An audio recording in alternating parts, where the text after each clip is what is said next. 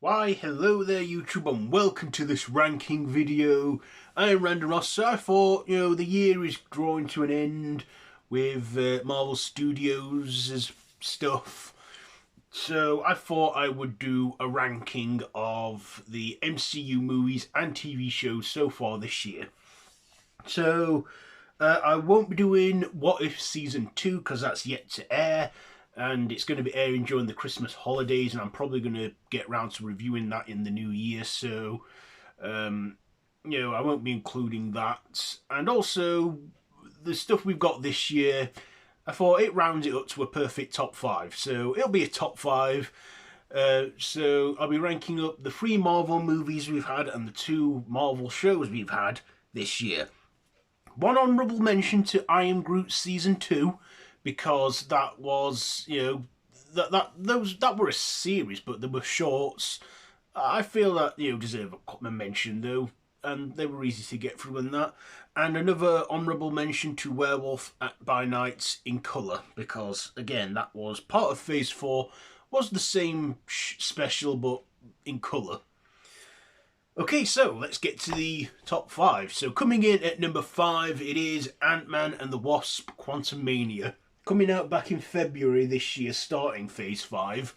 I thought it was a good start to the 5th phase. It showed us Kang the Conqueror, Jonathan Major, sort of becoming like a third-time villain twice in a row with Creed 3 as well, which came out sometime after. But I saw this movie twice. When the third time it came onto Disney Plus, and I gotta say, watching it a third time kind of felt a bit like a chore. And looking at it on a third time, the visual, I feel that this was heavily drowned in CGI, given that they were in the quantum realm. We got some comedic humour in there, some comedy in that, because it's Paul Rudd. But yeah, I felt there was a lot of CGI, too much in there, and yeah, it was a basic plot, and yeah, I mean, it had its good moments, like, Kang the Conqueror finally seeing one of those variants of him, and that mid-credit scene with the Citadel of Kangs. But of course, they're on about recasting the actor because of things that Jonathan Major's been doing. I've not looked too much into it, but must be bad. And I did like that end credit scene where they teased Loki Season 2. Although it wouldn't be until October when that comes out.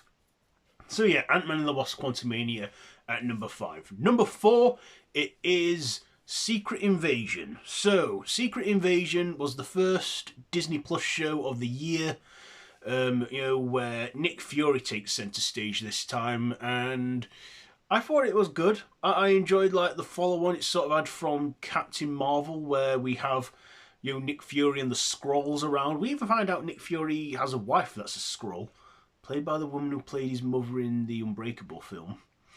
But yeah, this was a lot dark-toned, but I feel at some points it were a bit too serious as well. I liked the cast though, like Emilia Clarke in there, but also killing Maria Hill and Telos. Yeah, they were like interesting characters of mine. I kind of like Telos as well as a character, but yeah, seeing the Skrulls pose a threat and that, and Samuel Jackson finally leading in a Marvel project. Yeah, but like I say, just wasn't that good. I feel it was a bit slow in some parts. Yeah. Okay, number 3, it is The Marvels, the most recent film to come out of Marvel Studios Phase 5. I thought this was alright. First of all, it was the shortest one this year. In fact, the shortest MCU movie in a while. It was 143 minutes long. No, 1 hour and 43 minutes.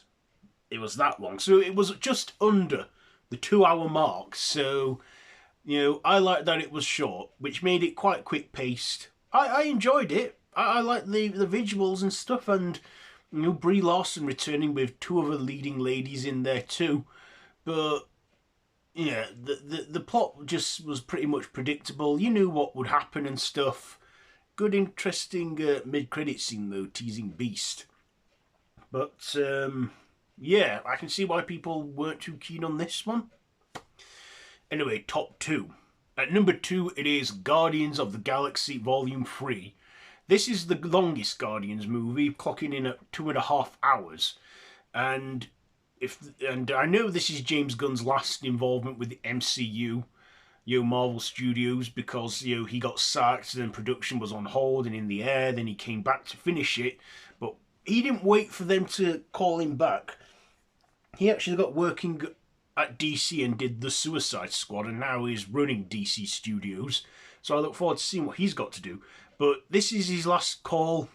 He did it great. It was a great movie. It had it had funny moments, it had dark moments, it had sad moments, it had moving moments. This was like one last show for the Guardians of the Galaxy before they end the trilogy there, and it was a good one.